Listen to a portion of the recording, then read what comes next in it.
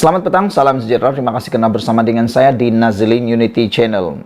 Ada orang tularkan perkara ini. Kata mereka, Anwar bakal mendapat 12 ahli parlimen baru. Dari mana 12 ahli parlimen itu? Ini bukan lompat parti. Ini bukan dari Parti Bersatu. Ini pun bukan daripada Parti PAS. Ini pun bukan daripada Perikatan Nasional, tapi yang ini original baru. 12 ahli parlimen baru bakal diperoleh oleh Anwar, kata mereka. Apa cerita? Bagaimana Anwar boleh dapat 12 ahli parlimen baru itu? Ikuti terus ulasan selepas ini. Saudara-saudara sekalian, Anwar Ibrahim sekarang ini sudah mendapat lebih daripada 2/3, lebih daripada 150 ahli parlimen di Dewan Rakyat di parlimen pada waktu ini. Ini menyebabkan kerajaan Anwar Ibrahim sangat stabil, kerajaan perpaduan ini sangat stabil dan tidak mungkin akan digugat sehingga PRU 16 akan datang. Tapi yang lebih menarik lagi ialah dikatakan Anwar Ibrahim bakal mendapat 12 parlimen baru. Kalau dia menang lagi, dan kalau GPS menang lagi, dan kalau 12 kerusi parlimen itu dimenangi oleh komponen kerajaan perpaduan. Dipetik daripada mykmu.net, dikabarkan bahawa 12 kerusi parlimen baru di Sarawak bakal dibuat. Sabah dan Sarawak dijangka mendapat tambahan kawasan parlimen selepas tamat proses persempadanan semula dengan Sarawak. Menerima sekurang-kurangnya 12 kerusi lagi, kata seorang wakil rakyat. Ahli parlimen dari Gabungan Rakyat Sarawak, Gabungan Parti Sarawak GPS yang enggan dinamakan berkata, jumlah kerusi parlimen Sabah dan Sarawak akan meningkat tidak lama lagi. Sarawak mungkin mendapat minimum 12 kerusi. Saya percaya parti politik dalam GPS sedang bekerja di kawasan berpotensi bagi cadangan kerusi baru, katanya. Bertahun lamanya ahli politik Malaysia Timur menggesa Sabah dan Sarawak mendapat 1/3 kerusi parlimen, sejajar status sama taraf dua negeri itu di bawah Perjanjian Malaysia 1963.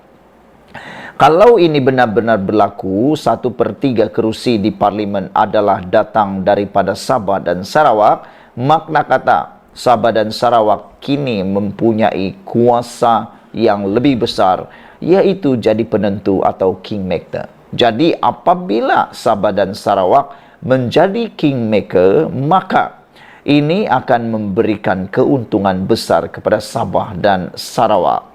Saudara-saudara sekalian, pada waktu itu dijangkakan Sabah dan Sarawak akan lebih diambil berat dan dipandang bukan dengan satu mata lagi, tapi dengan perhatian yang penuh.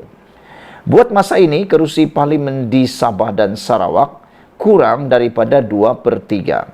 Ketika berucap pada Hari Malaysia di Kuching pada 16 September, Perdana Menteri Anwar Ibrahim memberi jaminan berdasarkan MA 63 Sabah dan Sarawak perlu melaksanakannya secepat mungkin, katanya. Bulan lalu, Ramkalpal Singh ketika menjadi Timbalan Menteri di Jabatan Perdana Menteri Undang-Undang dan Reformasi Institusi berkata, proses persempadanan kawasan pilihan rakyat telah bermula di Sarawak. Katanya kajian akan dibuat di Sabah pada 2025 dan Negeri Semenanjung pada 2026. Semenanjung ketika ini mempunyai 166 atau 75% daripada 222 kerusi parlimen. Manakala baki 25% lagi atau 56 kerusi melibatkan Sarawak. Sarawak 31 dan Sabah 25 kerusi. Seorang lagi ahli parlimen GPS enggan mendedahkan perincian kawasan terlibat persempadanan. Kami sedang ke arah itu, terutama kawasan luas parlimen sedia ada di pedalaman yang memerlukan perhatian tambahan pembangunan, katanya lagi. Sumber daripada agensi kerajaan berkata, pengumuman berkait perkara itu berkemungkinan dibuat tahun depan. Ia masih di peringkat awal, namun pengumuman akan dibuat bila tiba masanya. Pada Oktober dilaporkan Parti Pesaka Bumi Putra Bersatu akan menubuhkan jawatan kuasa memaju cadangan penambahan kawasan Parlimen di Sarawak. Premier Sarawak Abang Johari Openg berkata, cadangan tersebut sejajar dengan MA 63 dan akan diserahkan kepada Suruhanjaya Pilihan Raya SPR. Saudara-saudara sekalian, ini satu berita yang paling menarik dan amat menggembirakan rakyat di Sabah dan Sarawak. Sekian dulu untuk kali ini. Jangan lupa tinggalkan komen Anda, tekan butang subscribe. Kita jumpa lagi. Bye-bye. Selamat datang, salam sejahtera. Terima kasih karena bersama dengan saya di Nazlin Unity Channel. Ini satu laporan paling mengejutkan kita. Siapa sangka dua pegawai SPRM didakwa telah pun merompak ahli perniagaan warga China dan rompakan mereka itu hampir bernilai 1 juta ringgit. Namun demikian, dua pegawai SPRM tersebut mengaku tidak salah apabila didakwa merompak ahli perniagaan warga China. Apa cerita? Ikuti terus ulasan selepas ini. Hafizi Radzi dan Fahmi Nur dituduh merompak Kun Gua di kediamannya di Jalan Ampang 2 tahun lalu. Dua pegawai Suruhanjaya Pencegahan Rasuah Malaysia SPRM mengaku tidak bersalah di Mahkamah Session atas tuduhan merompak seorang ahli perniagaan warga China 2 tahun lalu. Hafiz Radzi dan Fahmi Nur didakwa merompak secara berkumpulan terhadap Kun Gua pada 10 Disember 2021 melibatkan wang tunai RM952,690 dan 1.225 yuan termasuk beg bagasi dan beg Louis Vuitton di kediaman ahli perniagaan itu di Jalan Ampang.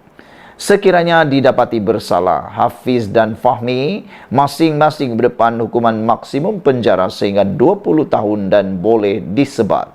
Hakim Izralizam Sanusi menetapkan jaminan bagi kedua-dua tertuduh sebanyak RM12.000 dengan seorang penjamin. Hakim turut mengarahkan Hafiz dan Fahmi melaporkan diri di balai polis terdekat setiap bulan sehingga pelupusan kes. Pasport kedua-duanya juga ditahan mahkamah mengikut syarat jaminan mereka. Mahkamah menetapkan 5 Februari 2024 bagi sebutan semula kes. Kes dikendalikan Timbalan Pendakwa Raya Izalina Abdullah, manakala Peguam S. Ravin Chandran dan R. Vikraman mewakili Hafiz dan Fahmi. Sementara itu, bekas pegawai SPRM dituduh di satu lagi Mahkamah Session kerana merompak warga China tersebut di lokasi sama. Azwan Asli diminta dibicarakan atas pertuduhan rompakan berkumpulan. Dia diberi ikat jamin RM10.000 dengan seorang penjamin. Saudara-saudara sekalian, apabila ini berlaku, kita sebenarnya terkejut. Kerana bagaimana pegawai-pegawai penguatkuasa boleh didakwa seperti itu. Walau bagaimanapun, kita tak nak mengganggu siasatan, terpulanglah kepada apa yang didedahkan di mahkamah nanti. Semoga siapa yang benar dapat kebenaran dan siapa yang salah dapat hukuman. Sekian dulu untuk kali ini. Ikuti terus ulasan selepas ini.